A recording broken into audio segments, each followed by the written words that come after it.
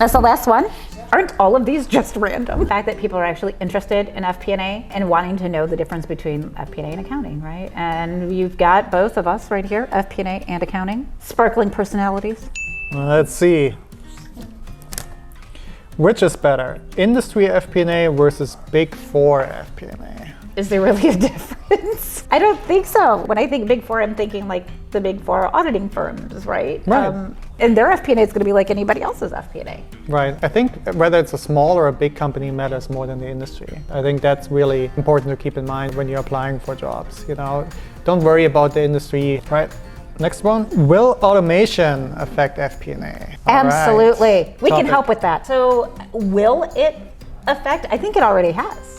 Like, there's a lot of tools out there, including Excel, right? Which is the tool that we use most of the time. Do you think it had a positive effect so far, though? Yes, absolutely, because you can get knowledge, you get insights so much faster. With the automation, you're not spending all of that time really like gathering all of that data and structuring it and trying to make sense of it. By automating the output, now you can actually do the analysis. That's like the fun stuff. That's the digging into those details. And maybe people Googling that, they also think that, oh, well, is it a safe job, right? Does it make sense to start an FP&A career, or will it just be gone because of automation? But so much is about interacting with people and influencing and telling the story in a way that people can really make sense of, Robots will not replace us. Yes. All right.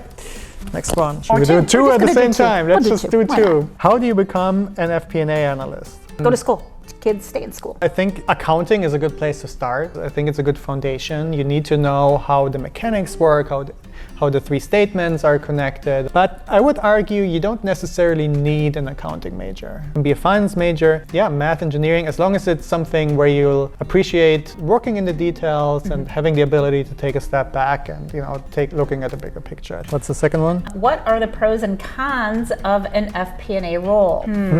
Pros. Again, I think being able to have full creativity, right, in FP&A, you do, would be you have to learn how to have a thick skin, because 9 times out of 10, you're probably going to be wrong. Sorry.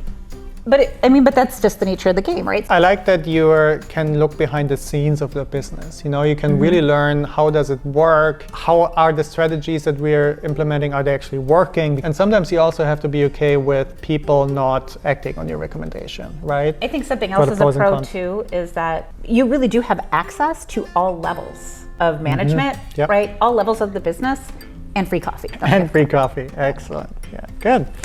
Last question. What happens if you make a mistake in FP&A? It's kind of like dividing by zero. Don't you open up a black hole somewhere? Don't do it. Yes, lessons, children. What happens if you make a mistake? It's not if, it's really when, because you will, like I said.